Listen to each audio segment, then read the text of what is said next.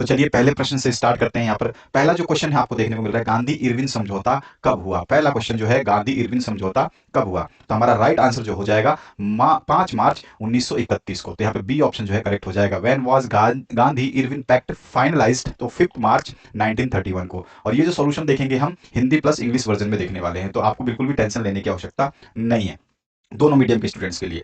इसके बाद दूसरा जो प्रश्न है आप देख सकते हैं, हिंद स्वराज पुस्तक के लेखक कौन है। तो हिंद स्वराज पुस्तक के लेखक आप सभी को अच्छी तरह से पता है, महात्मा गांधी हैं। तो यहाँ पे who wrote the book Hind Swaraj, तो आंसर हो जाएगा सी, महात्मा गांधी। इसके बाद जो नेक्स्ट क्वेश्चन है उसकी बात करते हैं। नेक्स्ट क्वेश्चन में आपसे क्या पूछा गया ये देखिए, विश्वव्यापी आर्थिक मंदी की शुरुआत हुई। तो विश्वव्यापी आर्थिक मंदी 10 सालों तक चला था और ये यूएसए में पहले आया था। तो यहाँ पे इसका आंसर कौन सा हो जाएगा, तो विश्वव्यापी जो आर्थिक मंदी थी ये शुरू हुई थी 1929 में, ठीक है। The great depression begin around 1929 में, ठीक है। बी ऑप्शन यहाँ पे करेक्ट हो जाएगा। नेक्स्ट जो फोर्थ क्वेश्चन है उसकी बात करते हैं। तो फोर्थ क्वेश्चन में देखिए क्या पूछा गया, भारत का पहला लौह इस्पात संयंत्र कहाँ स्थापित हुआ। तो वो जमशेदपुर में हुआ था, झारखंड में जमशेदपुर है, वहां पर भारत का फर्स्ट जो है India first iron and steel plant setup किया गया था जमशेदपुर में, जो कि झारखंड में स्थित है। इसके बाद जो नेक्स्ट क्वेश्चन है पांचवा, इसमें देखिए क्या पूछा गया है, बंगाल गजट पत्रिका का संपादन किसने किया था, यानी कि who edited the Bengal gazette newspaper. तो वो थे जेम्स अगस्टस हिस्की, ठीक है। तो यहाँ पे बी ऑप्शन करेक्ट हो जाएगा, जेम्स अगस्टस हिस्की, ठीक है। हिक्की बोलते हैं इनको, हिक्की, हिस्की नहीं, हिक्की।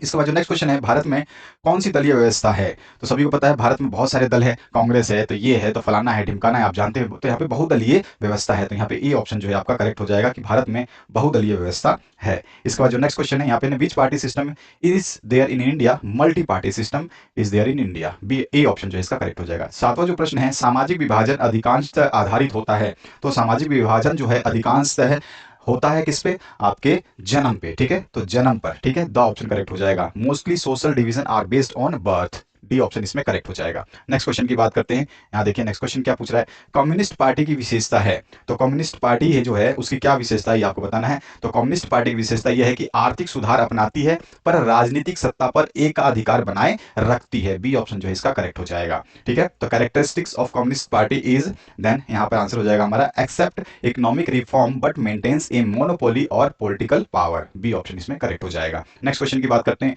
उपभोक्ता शोषण का मूल कारण है। तो उपभोक्ता शोषण का मूल कारण क्या है, वो है अशिक्षा, यानी कि बी ऑप्शन जो है आपका करेक्ट हो जाएगा इसका। तो अशिक्षा जो है इसका मूल कारण है, यानी कि the root cause of consumer exploitation is illiteracy. B option जो है करेक्ट हो जाएगा। नेक्स्ट जो है 10वां क्वेश्चन देखिए, इसमें 10th क्वेश्चन में आपसे क्या पूछा गया है। इसमें आपसे पूछा गया है, ग्रामीण क्षेत्रों में कर्ज की आवश्यकता मुख्यतः किस लिए होती है। आपने क्वेश्चन पेपर अगर आपके पास नहीं है तो घबराने की जरूरत नहीं है, क्वेश्चन पेपर वीडियो के डिस्क्रिप्शन बॉक्स में मैंने पीडीएफ लिंक दे रखी है, तो उस पीडीएफ को आप डाउनलोड कर लेना। पीडीएफ ऑलरेडी मैंने प्रोवाइड कर रखी है, तो पीडीएफ को आप डाउनलोड कर लेना, सारे पेपर्स आपको पीडीएफ फॉर्म में मिल जाएंगे और उसको देख करके ही आंसर्स को टिक करें, ताकि आप लोगों का रिवीजन साथ साथ होता रहे और क्वेश्चन आपको याद होते रहे। तो यहाँ पे 10वां क्वेश्चन है, ग्रामीण क्षेत्रों में कर्ज की आवश्यकता मुख्यतः किस लिए होती है, what is the main reason for the need of credit in rural areas. तो फसल उद्योग के लिए, यानी कि सीधा सीधा कॉर्प प्रोडक्शन के लिए होती है, फॉर कॉर्प इंडस्ट्रीज, यहाँ पे इंडस्ट्री नहीं कॉर्प प्रोडक्शन होना चाहिए। तो यहाँ पे बी ऑप्शन जो है करेक्ट हो जाएगा, फसल के लिए लोग बाग जो है ग्रामीण क्षेत्रों में अधिक कर्ज लेते हैं, ठीक है। ग्रामीण क्षेत्रों में कर्ज की आवश्यकता क्या होती है, फसल उत्पादन के लिए, ठीक है। उसके अलावा नेक्स्ट जो आपका क्वेश्चन है, एल्युमिनियम प्रगलन उद्योग निम्न में से किससे कच्चे माल के रूप में प्रयोग करता है। तो एल्युमिनियम प्रगलन उद्योग जो है ये बॉक्साइट को कच्चे माल के रूप में उपयोग करता है। Which of the following is used by the aluminium smelting industry as a raw material that is known as bauxite. ये साइंस में भी क्वेश्चन आता है, ध्यान रखना है। इसके बाद जो 12वां प्रश्न है उसकी बात करते हैं। तो निम्न में कौन सी विभिन्न देशों के बीच परस्पर संबंध और तीव्र एकीकरण की प्रक्रिया है, तो उसको हम बोलते हैं वैश्वीकरण, ठीक है। Which of the following is a process of mutual relation and rapid integration between different countries that is known as globalisation. C option यहाँ पे करेक्ट हो जाएगा। अब आते हैं हम नेक्स्ट क्वेश्चन की तरफ। आपके एमसीक्यू कंप्लीट हो गए, अब आपके रिक्त स्थानों की पूर्ति करनी है। तो रिक्त स्थानों में पहला जो क्वेश्चन है उसकी बात करते हैं, भारतीय निर्माताओं द्वारा बनाए गए विज्ञापन खालिस्तान के राष्ट्रवादी संदेश के वाहक बन गए थे। तो यहाँ पे क्या आंसर हो जाएगा, यहाँ पे हो जाएगा स्वदेशी, स्वदेशी, ठीक है, स्वदेशी, ठीक है, स्वदेशी। तो यहाँ पर जो है आपको बोल सकते हैं, इसको भी यहाँ पे मैसेज ऑफ स्वदेशी ही लिखना, स्वदेशी, ठीक है। तो यहाँ पे आपको स्वदेशी भी इंग्लिश में ही इस तरह से ही लिखना है, ठीक है, ध्यान रखना है आपको। तो स्वदेशी यहाँ पे आंसर हो जाएगा। भारत में विदेशों को भेजे जाने वाले श्रमिक को किस नाम से जाना जाता है, सभी को अच्छी तरह से याद होगा, अगर याद नहीं है तो याद करना सीख लीजिए। उनको हम बोलते थे गिरमिटिया मजदूर। क्या बोलते थे उनको, हम बोलते थे गिरमिटिया मजदूर। तो मैं लिख देता हूं यहाँ पे गिरमिटिया, ठीक है, गिरमिटिया मजदूर, ठीक है। और इसको इंग्लिश में हम बोलते हैं indentured labour, indentured labour, O U R, ठीक है। इंडेंचर लेबर, INDENTURED, ठीक है, INDENTURED, इंडेंचर्ड लेबर। इसके बाद जो है तीसरा प्रश्न, हमने दो प्रश्न कर लिए फिलिप्स के। तीसरा प्रश्न है, धर्म को राजनीति से कभी अलग नहीं किया जा सकता, ये शब्द किसने कहे थे?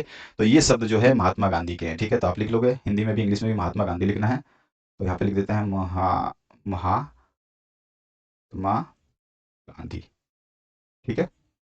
तो यहाँ पे महात्मा गांधी आ जाएगा। इसके बाद आपका जो नेक्स्ट पार्ट है उसको देखिए। नेक्स्ट पार्ट में आपसे क्या पूछा गया है यहाँ पर? नेक्स्ट पार्ट में पूछा गया है, भारत में करेंसी नोट खालिस्तान जारी करता है।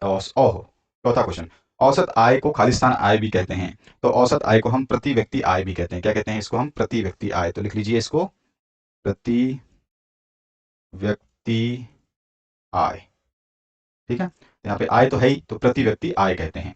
यानी कि यहाँ पे हम बोल देंगे per capita income, per capita, और आगे भी इनकम है इसमें तो इनकम छोड़ देंगे, पर कैपिटा इनकम कहा जाता है, ठीक है। नेक्स्ट पार्ट की बात करते हैं, भारत में करेंसी नोट खालिस्तान जारी करता है, तो उसको करता है रिजर्व बैंक, ठीक है। तो यहाँ पे मैं लिख देता हूँ, इसका आंसर जो है वो आ जाएगा रिजर्व बैंक, ठीक है। यहाँ पे क्या आ जाएगा?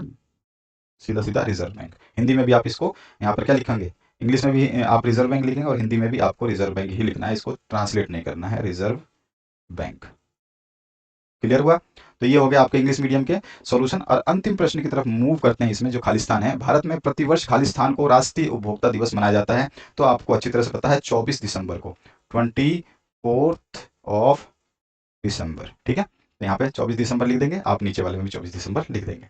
आगे बढ़ते हैं नेक्स्ट क्वेश्चन की तरफ, जो क्वेश्चन आपके 1 नंबर के पूछे जाएंगे, जिनके आंसर्स आपको लिखने होंगे। अभी तक तो जो है फिलिप्स थे, फिलिप्स में चलो हमने, आप ध्यान रखना है कि ये जो आपका पेपर पैटर्न है इसी तरह का पैटर्न फॉलो होगा, और इसमें ऑप्शंस नहीं है तो ऑप्शंस आपको नहीं मिलेंगे, ठीक है। ध्यान रखना ये बात, जहाँ पे ऑप्शंस, अगर मॉडल पेपर में ऑप्शंस है तो उस क्वेश्चन पेपर में भी ऑप्शन मिलेगा आपको, लेकिन अगर मॉडल पेपर में ही ऑप्शंस नहीं दिए गए हैं तो आपके फाइनल एग्जाम में भी ऑप्शंस देखने को नहीं मिलेंगे। भगवान की दया हो जाए तो एग्जामिनर गलती से दे दे ऑप्शन, बात अलग है। यहाँ पे अति लघुतात्मक प्रश्न जो है, एक शब्द या एक पंक्ति में जो उत्तर हमें देने हैं। पहला प्रश्न की बात करते हैं, तो यहाँ पे जो है उन 1880 में जो प्रश्नों के आंसर मैंने यहाँ पे दिए हैं वो इस तरह से दिए गए हैं ताकि जो भी बच्चा पढ़े उसको आसानी से याद हो जाए। तो यहाँ पे पूछा क्या गया है, आप देखिए। पहला प्रश्न जो है, 1880 के दशक में उच्च जाति की नारियों की दयनीय दशा के बारे में लिखने वाली महाराष्ट्र की 2 महिलाओं के नाम लिखिए। Name 2 women of Maharashtra who wrote about the miserable lives of upper caste women in 1880s, ठीक है। तो वो थे ताराबाई शिंदे और पंडिता रामाबाई, ठीक है।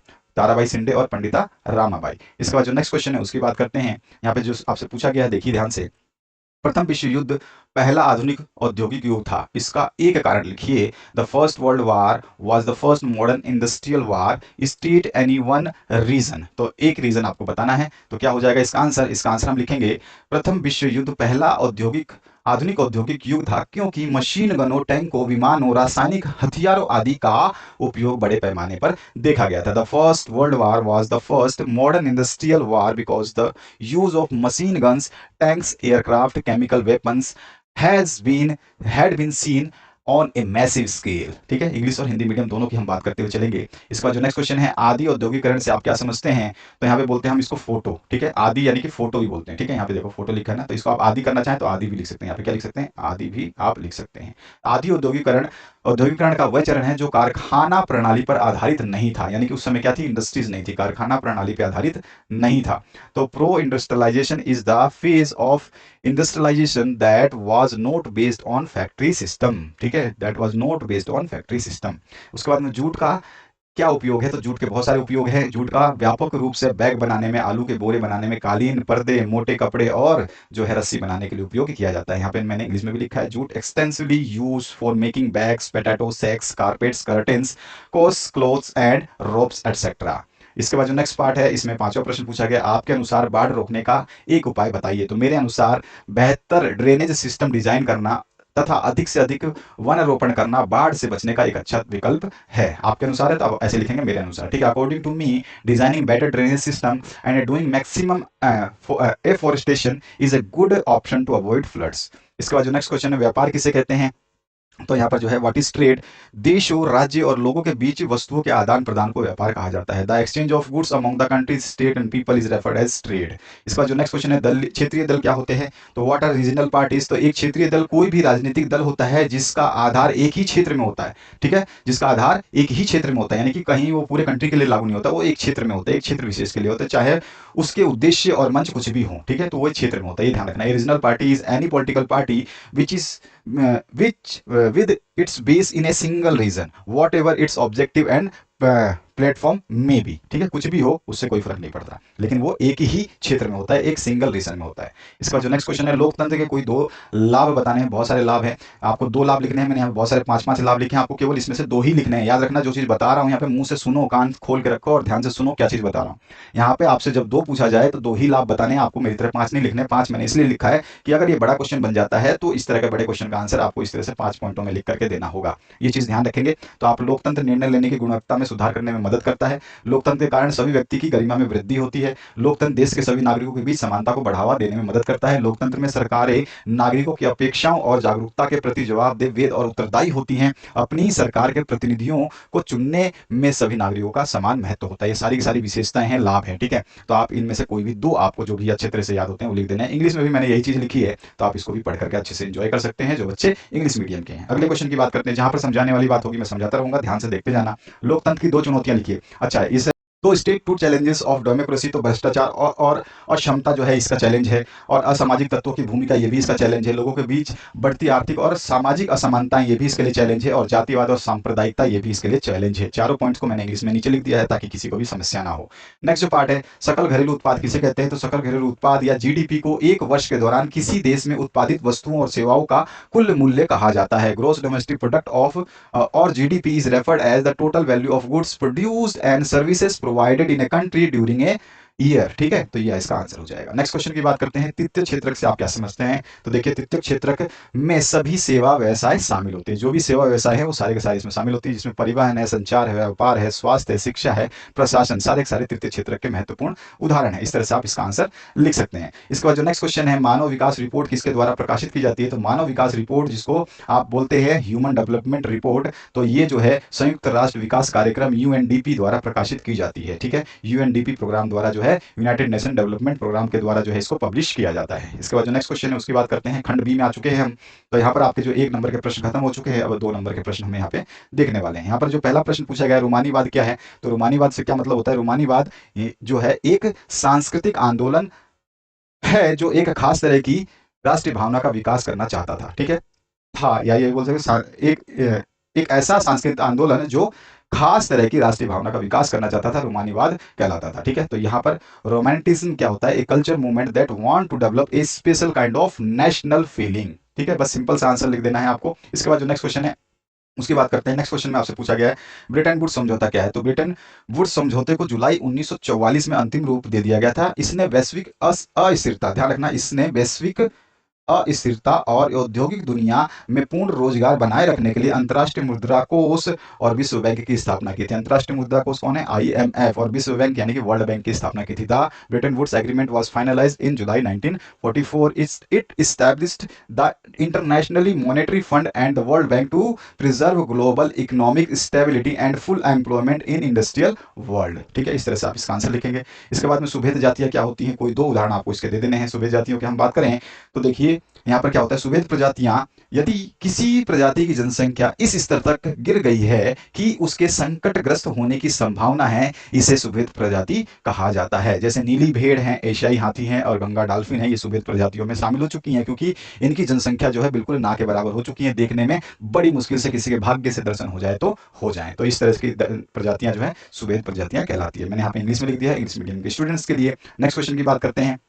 बहुउद्देशीय परियोजनाओं के 2 लाभ लिखने हैं। तो मल्टी पर्पस प्रोजेक्ट जो है उनके क्या-क्या लाभ हो सकते हैं? तो इस प्रकार की योजनाएँ जैसे बाढ़ जैसे भयानक खतरे को रोकने में सहायक होती है। इनसे जल विद्युत उत्पादन होता है और जल सिंचाई के लिए बांध उपयोगी होते हैं। साथ ही साथ घरेलू कामकाज और औद्योगिक कामकाज के लिए भी इनका उपयोग किया जाता है। तो इस तरह से बहुउद्देशीय परियोजनाओं के 2 लाभ ही लिखने हैं। तो आपको 2 ही लिखने हैं इनमें से, जो भी आपको अच्छा लगता है, याद होता है बढ़िया तरीके से, जिसको आप समझते हैं कि ये बढ़िया है, इसको लिखना चाहिए। ठीक है?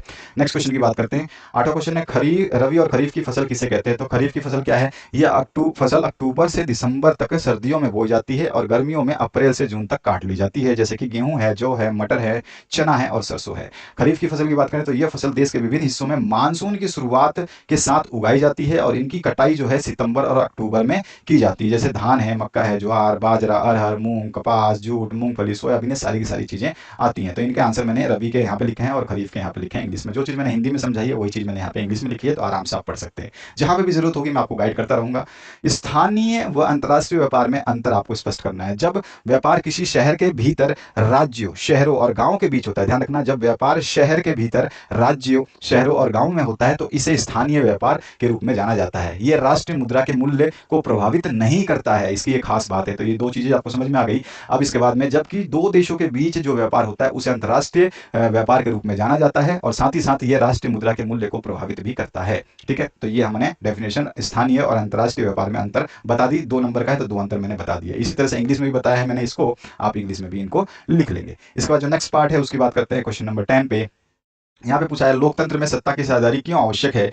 Why is there a need of power sharing in democracy? तो देखिए, विवेकपूर्ण और नैतिक निर्णय लेने के लिए लोकतंत्र में सत्ता के बंटवारे की आवश्यकता है। बहुत ही इंपॉर्टेंट लाइन जो है ये आप देख रहे हैं। ठीक है? तो विवेकपूर्ण और जो है नैतिक निर्णय लेने के लिए जो है लोकतंत्र में सत्ता के बंटवारे की आवश्यकता है। यह सामाजिक समूहों और राजनीतिक अस्थिरता के बीच हिंसा की भावना को कम करने में मदद करता है। सत्ता का बंटवारा राजनीतिक व्यवस्था की स्थिरता सुनिश्चित करने के लिए एक अच्छा तरीका है। ठीक है? इस तरह से आप इसका जो है क्यों आवश्यक है ये हमने 2 नंबर में समझा दिया। इसको मैंने यहाँ पे इंग्लिश में लिखा है, इसको इंग्लिश में बिल्कुल समझ सकते हैं। बहुत ईजी लैंग्वेज। अगले क्वेश्चन की तरफ अगर मूव करें तो वहां पे बात करते हैं हम 11 नंबर क्वेश्चन की। तो यहाँ पर किस प्रकार सामाजिक अंतरों से लोकतंत्र सुदृढ़ होता है? तो आपसे पूछेगा how does democracy strengthen with social differences? तो लोकतंत्र में सामाजिक विभाजन की राजनीतिक अभिव्यक्ति आम बात है। लोकतंत्र में सामाजिक विभाजन की राजनीतिक अभिव्यक्ति आम बात है। विभिन्न सामाजिक समूह अपनी आवश्यकताओं और समस्याओं को व्यक्त कर सरकार का ध्यान अपनी ओर आकर्षित करते हैं। सामाजिक विभाजन इस तरह की अभिव्यक्ति इन मतभेदों के बीच जो है संतुलन बनाती है। इससे लोकतंत्र को मजबूती मिलती है। इसीलिए जो है सामाजिक अंतरों से जो है लोकतंत्र सुदृढ़ होता है। आप लास्ट में एक लाइन जोड़ सकते हैं। तो इस प्रकार सामाजिक अंतरों से लोकतंत्र सुदृढ़ होता है। ठीक है? यहाँ पे इंग्लिश में मैंने इंग्लिश मीडियम के लिए वही सॉल्यूशन लिखा है। बहुत ध्यान से आप पढ़ोगे तो आपको मजा आने वाला है। जब इंग्लिश और हिंदी में सॉल्यूशन मिल जाए तो आधी तो समस्या आपकी टेंशन वहीं खत्म हो जाती है। और विशेषकर इंग्लिश मीडियम वालों के लिए कि उसको इंग्लिश में तो पढ़ना ही है, साथ साथ में हिंदी भी मिल रहा है कि हिंदी में मैं समझ लूँ कि एक्चुअली में इसका मीनिंग क्या निकलने वाला है। 12वां प्रश्न जो है यहाँ पर हम बात करें तो 12वें प्रश्न में आप देखिए क्या पूछा गया, दबाव समूह और आंदोलन में अंतर समझाइए। 2 नंबर का प्रश्न है तो आपको 2 से 3 ही अंतर लिखने हैं, ज्यादा नहीं लिखने हैं। ठीक है? मैंने यहाँ पे 4 लिखे हैं तो इसका मतलब नहीं है कि आप 4 लिखें। ध्यान रखना है कि प्रश्न के हिसाब से आपको सोल्यूशन लिखने हैं। तो यहाँ पे कम से कम 2 ही या 3 ही अंतर जो है आप एग्जाम में लिखेंगे, चाहे कोई भी क्वेश्चन कैसा भी पूछे। तो दबाव समूह क्या होता है? दबाव समूह जो है सुसंगठित और मजबूत होते हैं। ठीक है? और दबाव समूहों की विशिष्ट मुद्दों के संबंध में जो नीतियां होती है, दबाव समूह की जो है कोई भी अगर मुद्दा है उसके संबंध में नीतियां इसकी होती हैं। दबाव समूह सरकार के निर्णय को प्रभावित करते हैं और उनका निर्णय आमतौर पर औपचारिक और गैर लचीला होता है। दबाव समूह का जो है ऑफिशियल होता है। ठीक है?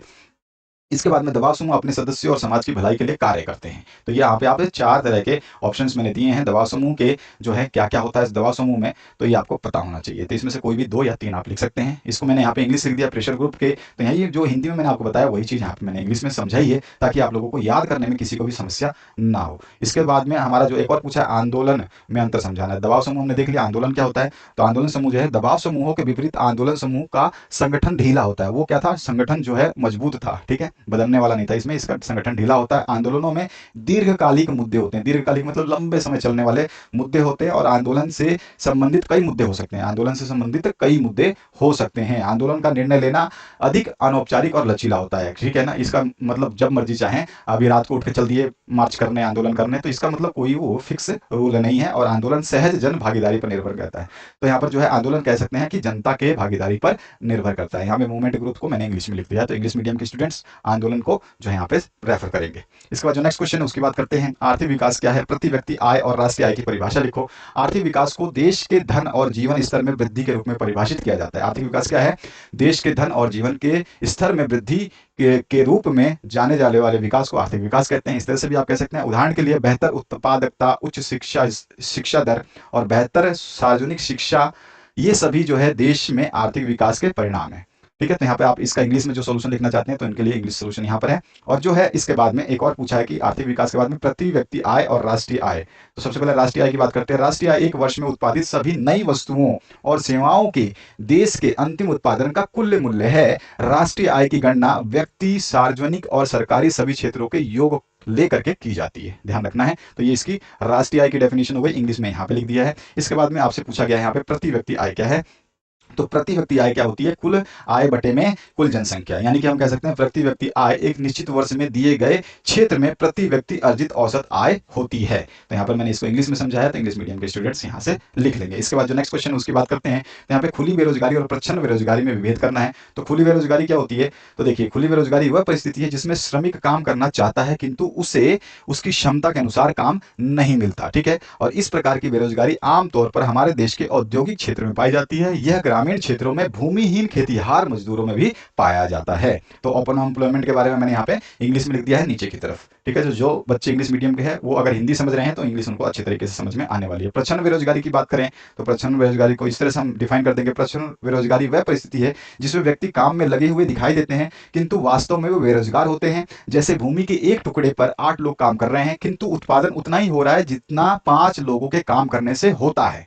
यानी कि एक भूमि पर जो है फसल उगाया जा रहा है, मान लो 8 लोग फसल उगा रहे हैं, लेकिन वो जो फसल 8 लोग ने उगाया लेकिन वो उग इतना रहा है फसल उस भूमि पे कि उसमें 5 लोग का ही पेट भरेगा। तो 3 लोग क्या है, काम करते हुए तो दिखाई दे रहे हैं लेकिन एक्चुअली में वो काम में लगे हुए नहीं है। ऐसे में 3 लोग जो अतिरिक्त व्यक्ति जो काम में लगे हुए हैं वो छुपे हुए बेरोजगार हैं, क्योंकि उनके काम से उत्पादन पर कोई भी प्रभाव नहीं पड़ रहा है। अगर वो काम नहीं भी करेंगे तो वो 5 आदमी भी उसी जमीन पर जो है जितनी फसल उगानी है उतनी उगा लेंगे अपने लायक। ठीक है, इस प्रकार की बेरोजगारी आमतौर पर जो है असंगठित क्षेत्र में पाई जाती है और ग्रामीण क्षेत्रों में ज्यादा देखने को मिलती है।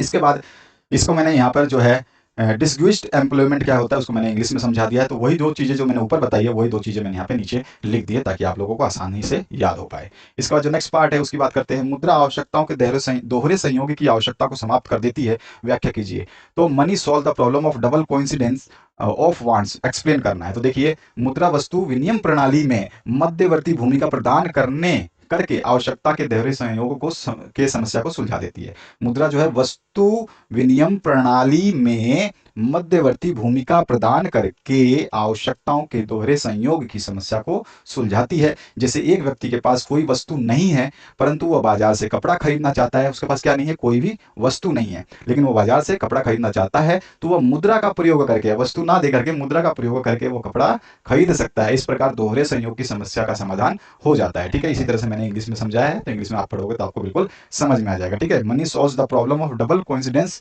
Of wants by providing an intermediate role in the barter system. ठीक है, तो ये इसका सॉल्यूशन हुआ। अगले क्वेश्चन की बात करते हैं 16 नंबर। 16 नंबर में आपसे देखो क्या पूछा जा रहा है। उपभोक्ता अपनी एकजुटता का प्रदर्शन कैसे कर सकते हैं? तो उपभोक्ता जो है एकजुटता का प्रदर्शन इस प्रकार कर सकते हैं जिसमें उपभोक्ता सरकार द्वारा, देखो अभी 2 नंबर का क्वेश्चन है तो 2 से 3 ही पॉइंट लिखने हैं। मैं तो ज्यादा पॉइंट इसलिए लिख रहा हूँ, आपको जो अच्छा लगता है, जो टॉपिक अच्छे से याद होता है ना, जो आपको यहाँ पे टॉपिक दिए गए हैं, यानी कि जो 4 लिखे हैं इसमें से 2 याद होते हैं, जो अच्छे तरीके से 3 याद होते हैं उनको अच्छे से याद करें। और कभी कभी क्या होता है, इन क्वेश्चंस को 3 नंबर में ले लिया जाता है तो आपको सारे याद करने पड़ते हैं। तो इसलिए मैंने ये सारे क्वेश्चंस को थोड़ा सा अलग से 1-1, 2-2 पॉइंट डाल दिए हैं। तो उपभोक्ता सरकार द्वारा स्थापित उपभोक्ता संरक्षण कमेटियों का सहारा ले सकते हैं तथा आरटीआई का प्रयोग करके जो है सरकार से पूरी जानकारी पा सकते हैं। उपभोक्ता संघ जो है उपभोक्ता संघ एवं फोरम बना सकते हैं और वे इनका उपयोग अपने अधिकारों की सुरक्षा के लिए कर सकते हैं। इसके अलावा वे कानून विशेषज्ञों, वकीलों और पुलिस एवं उपभोक्ता न्यायालयों का सहारा भी ले सकते हैं। वे बेईमान उत्पादकों, वितरकों, दुकानदारों, व्यापारियों, अस्पतालों, शिक्षक संस्थाओं के गलत कार्यों के विरुद्ध जो है प्रदर्शन, प्रचार, घेराव भी कर सकते हैं। ठीक है, तो ये सारी चीजें जो है आप जो है बता सकते हैं कि किस तरह से हम एकजुटता का प्रदर्शन कर सकते हैं। तो ये सारे पॉइंट इसमें आ जाते हैं। इसी को मैंने यहाँ पे नीचे लिखा है, जो बच्चे इंग्लिश मीडियम के वो यहाँ पे देख लेंगे। अगर हिंदी में आपने समझ लिया तो इंग्लिश बहुत आसानी से समझ में आएगी। सेक्शन सी पे मूव कर चुके हैं। हमारा सेक्शन सी जो है, इस पे आपको देखिए क्या क्या प्रश्न पूछे गए हैं। अगर दीर्घ उत्तरीय 17 से 20 तक के, और 20 के बाद में 21, 22, 23 में अथवा ऑप्शन आएगा। उसके अलावा 20 प्रश्न तक किसी भी पेपर में अथवा ऑप्शन आपको देखने को नहीं मिलेगा। ध्यान रखना, 20 प्रश्न आपको कंप्लीट करने हैं, यानी कि टोटल 50 प्रश्न आएंगे। 50 में से 47 क्वेश्चंस आपको करने ही करने, केवल 3 क्वेश्चन जो हैं बड़े वाले 4-4 नंबर के, उसमें आपको ऑप्शन देखने को मिलेंगे। हम बात करेंगे आगे चल के।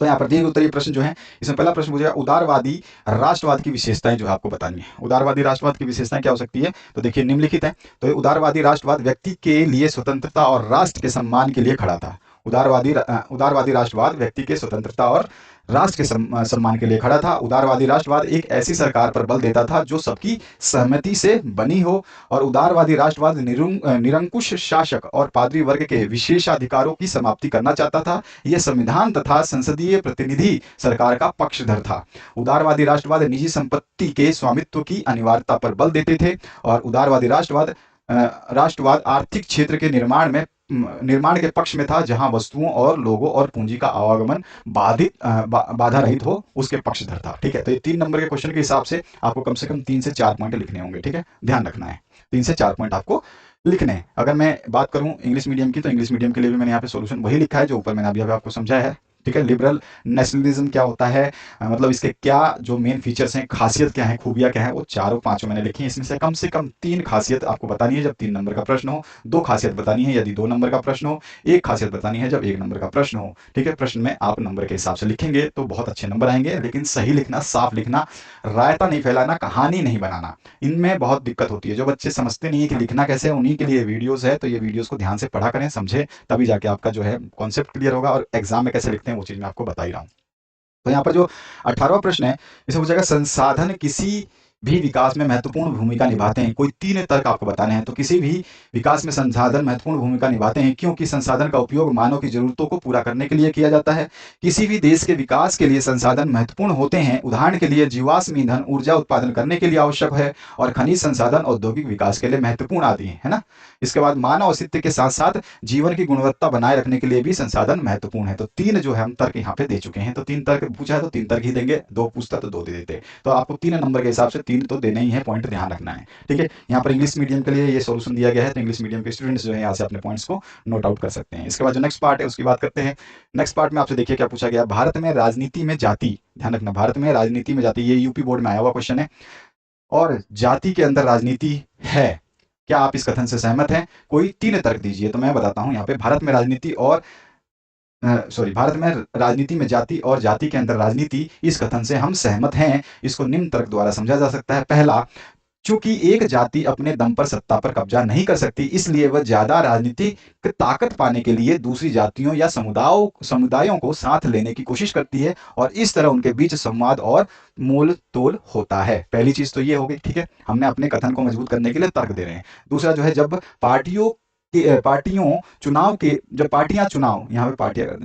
चुनाव के लिए उम्मीदवार के नाम तय करती है, तो चुनाव क्षेत्र के मतदाताओं की जातियों का हिसाब ध्यान में रखती है। ठीक है, ध्यान रखना, जब पार्टियां चुनाव में अपने उम्मीदवार का नाम तय करती हैं, तो चुनाव क्षेत्र में मतदाताओं की जातियों का हिसाब रखती हैं, ताकि उन्हें चुनाव जीतने के लिए जरूरी वोट मिल जाए। जब सरकार का गठन किया जाता है, तो राजनीतिक दल इस बात का ध्यान रखते हैं कि उनमें विभिन्न जातियों और कबीलों के लोगों को उचित जगह दी जाए, ताकि उनकी जो है आगे की पॉलिटिकल पावर मजबूत होती रहे। यहाँ पे देखो, जाति और राजनीति दोनों चल रही है। तीसरा तर्क हम दे सकते हैं, राजनीतिक पार्टियां और उम्मीदवार समर्थन हासिल करने के लिए जातिगत भावनाओं को उकसाते हैं। इसी कारण कुछ दलों को कुछ जातियों के मददगार और प्रतिनिधि के रूप में भी देखा जाता है। इसके अलावा जो है और भी पॉइंट आप लिख सकते हैं। देश के किसी भी संसदीय चुनाव क्षेत्र में किसी एक जाति के लोग का बहुमत नहीं है, इसलिए हर पार्टी और उम्मीदवार को चुनाव जीतने के लिए एक जाति और समुदाय से ज्यादा लोगों का भरोसा हासिल करना पड़ता है। ये सारे तर्क हैं, इसमें से कोई भी 3 तर्क आपको जो अच्छा लगता है वो लिख सकते हैं। इंग्लिश मीडियम के लिए भी ये तर्क मैंने दिए हैं 4 पॉइंट के हिसाब से, तो आप इसमें कोई भी 3 तर्क आपको लिखने हैं। तो मैंने ऊपर जो समझाया वही चीज मैंने यहाँ पे इंग्लिश लिखी है नीचे, ताकि आप लोगों को दिक्कत ना हो, समझ में ज्यादा आ पाए। नेक्स्ट जो पार्ट है, वैश्वीकरण से आप क्या समझते हैं, इसे संभव बनाने वाले कारक बताइए। तो सबसे पहले आज पूरी दुनिया की अर्थव्यवस्था आपस में जुड़ी हुई है और विश्व के विभिन्न देशों की अर्थव्यवस्था इस परस्पर जुड़ाव को विश्व के विभिन्न देशों की अर्थव्यवस्था के इस परस्पर जुड़ाव को वैश्वीकरण या ग्लोबलाइजेशन कहते हैं। वैश्वीकरण द्वारा ही विश्व अर्थव्यवस्था के साथ राष्ट्र अर्थव्यवस्था या राष्ट्रीय अर्थव्यवस्था का एकीकरण होता है। इसे भूमंडीकरण या विश्वव्यापीकरण जो है कहा जाता है। ठीक है, तो आप इस तरह से वैश्वीकरण को परिभाषित कर सकते हैं। एमसीक्यू में भी वैश्वीकरण की परिभाषा दी गई थी, आप उसको भी यूज कर सकते हैं। ठीक है, और इसको मैंने यहाँ पे इंग्लिश में जो इस डेफिनेशन को लिख दिया है। उसके बाद में यहाँ से क्या पूछा है, हमने तो समझा दिया कि वैश्वीकरण क्या होता है, इसे संभव बनाने वाले कारक कौन कौन से हैं, तो उसको डिस्कस कर लेते हैं। तो वैश्वीकरण को संभव बनाने वाले कारक इनमें से सभी हैं, चाहे वो प्रौद्योगिकी हो, परिवहन हो या सूचना और सूचना प्रौद्योगिकी हो। तो हम इसमें से एक दो को डिफाइन कर देंगे, क्योंकि एक नंबर का तो हमने आंसर ऊपर ही दे दिया है कि वैश्वीकरण से क्या समझते हैं, और इसे संभव बनाने वाले कारक बता देंगे दो, तो हमारे 3 नंबर मिल जाएंगे। तो ज्यादा हमें लिखने की जरूरत नहीं है, हिसाब किताब से लिखना बहुत अच्छा होता है। नॉलेज इतना ही है, नॉलेज का फायदा तभी है जब उस नॉलेज का सही उपयोग हो। तो यहाँ पर जो आप पहला पॉइंट लिख देंगे, परिवहन प्रौद्योगिकी में उन्नति, ये पहला जो है कारक है जो वैश्वीकरण को बढ़ावा देता है। पिछले 50 वर्षों में परिवहन प्रौद्योगिकी में उन्नति के परिणाम स्वरूप लंबी दूरियों तक वस्तुओं की तीव्र आपूर्ति से जो है लागत में कमी आने लगी है। ठीक है, लागत कम आने लगी है या लागत में कमी आने लगी है। जैसे कंटेनरों द्वारा सामान भेजने से माल जल्द और कम कीमत में, कम लागत में पहुंच जाता है। दूसरा जो हम पॉइंट डिस्कस कर सकते हैं, सूचना और संचार प्रौद्योगिकी का विकास। तो दूरसंचार, कंप्यूटर और इंटरनेट आदि से विश्व में एक दूसरे से संपर्क करने, सूचनाएं भेजने में सुविधाओं के फलस्वरूप वैश्वीकरण को अत्यधिक सहायता मिली है। जैसे लंदन के पाठकों के लिए प्रकाशित समाचार पत्र की डिजाइनिंग और छपाई दिल्ली में होने के पश्चात पत्रिकाएं वायु मार्ग से लंदन जो है पहुंच जाती हैं और पैसे का भुगतान जो है ई बैंकिंग द्वारा किया जाता है। तो यहाँ पे सारा का सारा दूरसंचार, कंप्यूटर और इंटरनेट का काम हो रहा है। तो इनसे वैश्वीकरण जो है बहुत तेजी से फैलता है, ये उसको बढ़ाने के कारक है। ठीक है, आप इसको इंग्लिश में लिखना चाहेंगे तो इंग्लिश के स्टूडेंट्स यहाँ से जो है इसको लिख सकते हैं। पूरा का पूरा मैंने वही चीज एग्जाम्पल के थ्रू यहाँ पे समझाया हुआ है। इसके बाद आते हैं सेक्शन डी में, जिसमें बड़े प्रश्न आएंगे आपके। 21 नंबर में अथवा मिलेगा, 22 नंबर में अथवा और 23 नंबर में भी आपको जो है अथवा देखने को मिलेगा। तो चलिए पहले हम सेक्शन डी के प्रथम प्रश्न की बात करते हैं, यानी 21 नंबर, विभिन्न राजनीतिक नेता पृथक निर्वाचिका के सवाल पर क्यों बटे हुए थे। तो why did political leaders differ sharply over the question of separate electorates. तो यहाँ पर देखिए उसके रीजन क्या थे कि अलग अलग राजनीतिक नेता भारतीय समाज के भिन्न भिन्न वर्गों और समुदायों का प्रतिनिधित्व तो करते थे, यानी कि उनके लीडर थे, अलग अलग नेता थे और अलग अलग भारतीय समाज के अलग अलग लोग थे और उनके अलग अलग नेता थे। ठीक है, दूसरा जो है डॉक्टर अंबेडकर, अब यहाँ पे आपको समझ में आ जाएगा, डॉक्टर अंबेडकर जो है दलितों का नेतृत्व करते थे। इसी प्रकार मोहम्मद अली जिन्ना जो है भारत के मुसलमान समाज का नेतृत्व करते थे। तीसरा जो है, इसके रीजन हम बता रहे हैं क्यों बटे हुए थे। और उसके बाद में मोहम्मद इकबाल ने पृथक निर्वाचन मंडल के महत्व पर बल दिया था। उन्होंने कहा था कि अल्पसंख्यकों के राजनीतिक हितों की रक्षा के लिए एक निर्वाचन मंडल की जरूरत है और कहा कि मुसलमानों को आर्थिक हीनता का सामना करना पड़ता है।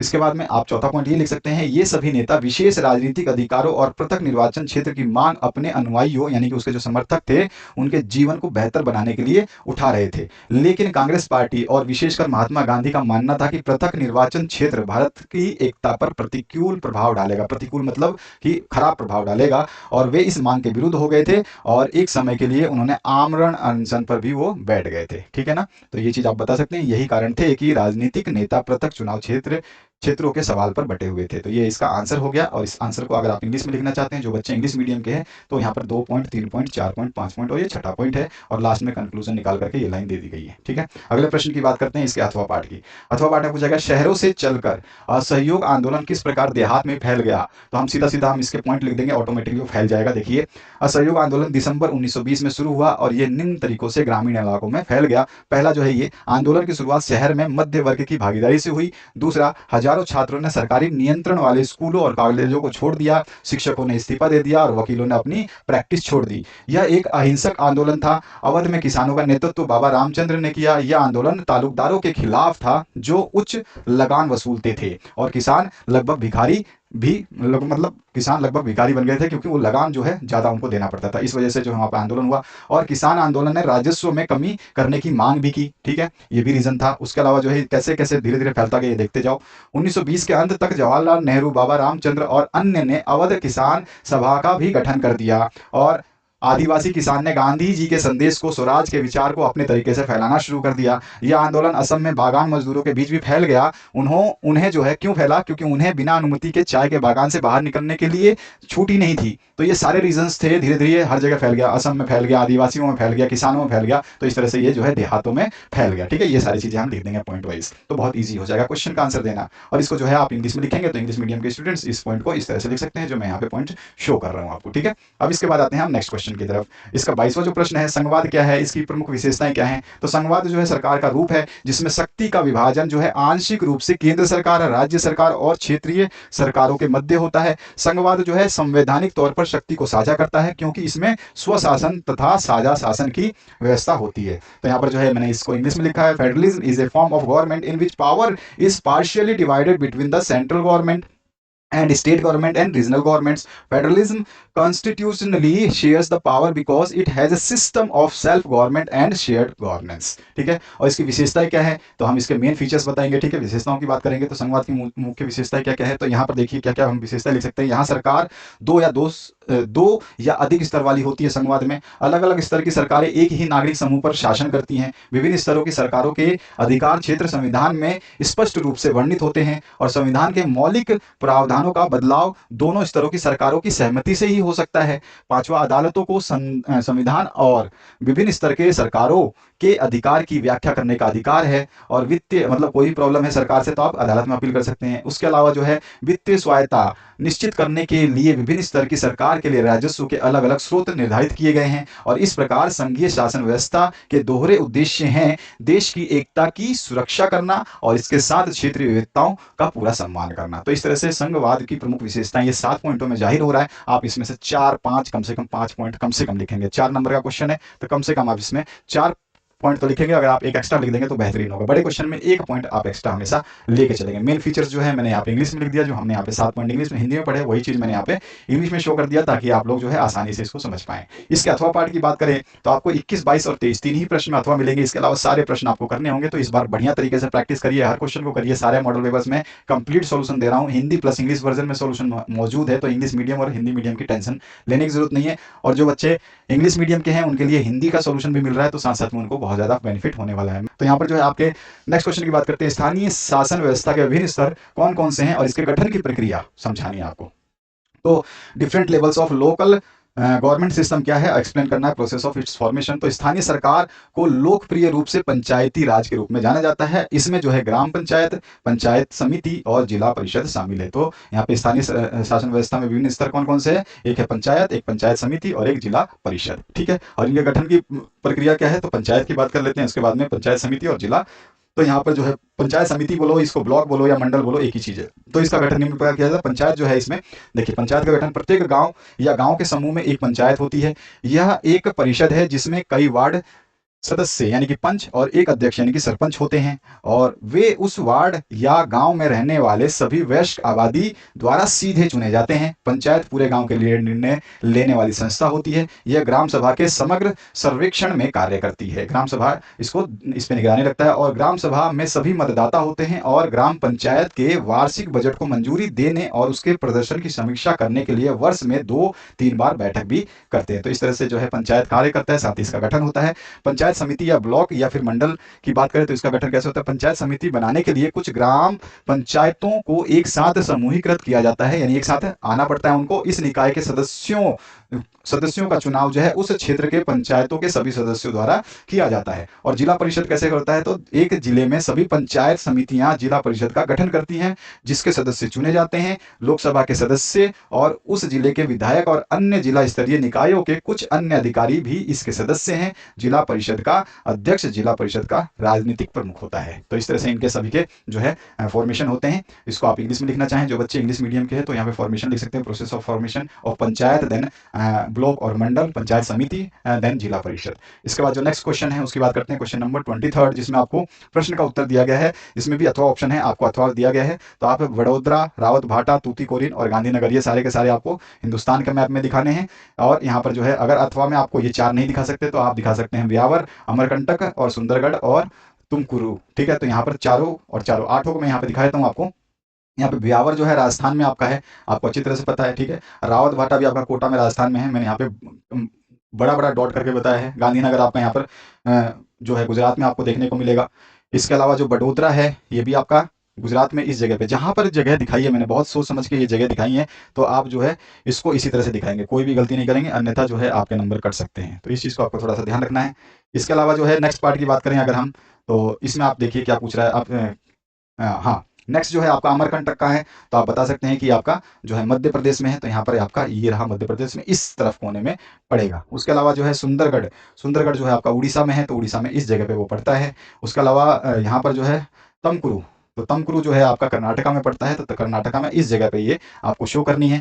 इसके अलावा आपका क्या बचा हुआ है उसको देख लेते हैं। हमने देख लिए 2, 2, 4, 2, 6 और 1, 7, 8वां बचा हुआ है तूतीकोरिन। तूतीकोरिन जो है बिल्कुल आपके नीचे एक बंदरगाह है, पोर्ट है, जो कि आपका तमिलनाडु में नीचे की ओर बिल्कुल लास्ट में पड़ता है।